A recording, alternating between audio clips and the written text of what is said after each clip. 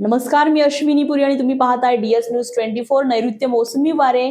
आता नैऋत्य मोसमी वारे अर्थात मान्सून बाबत हवामान खात्यानं महत्वाची माहिती जारी केली आहे. त्यानुसार पुढील 48 तासांमध्ये मान्सून मुंबईमध्ये प्रवेश करणार आहे, तर मान्सून पुण्यामध्ये प्रवेश केल्याचंही हवामान खात्यानं जाहीर केलेलं आहे. हवामान खात्याकडून वातावरणातील बदलाचा एक नकाशा प्रसिद्ध करण्यात आलेला आहे.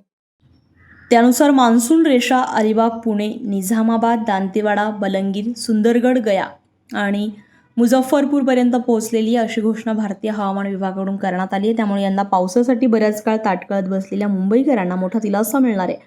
मुंबईमध्ये एरवी दरवर्षी 7 ते 8 जूनच्या आसपास मान्सून दाखल होतोय. मात्र यंदा 20 जून उलटला तरी मान्सून मुंबईमध्ये दाखल न झाल्यानं परिस्थिती बिकट झाली होती. त्यामुळे दरम्यान सोमवारी सकाळी मुंबईकरांना मान्सूनच्या आगमनाची वर्दी मिळाली आहे.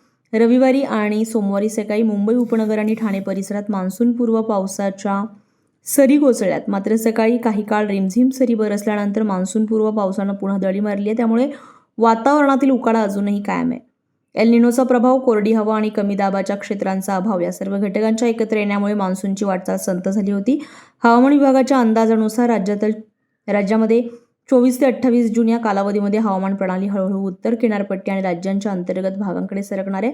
त्यामुळे पावसाचा जोर वाढण्याची शक्यता आहे. सोमवारपासून दक्षिण कोकण आणि महाराष्ट्राच्या काही भागांत मान्सून सक्रिय होण्यासाठी अनुकूल परिस्थिती असल्याची माहिती हवामान तज्ज्ञ कृष्णानंद होसाळीकर यांनी दिली आहे.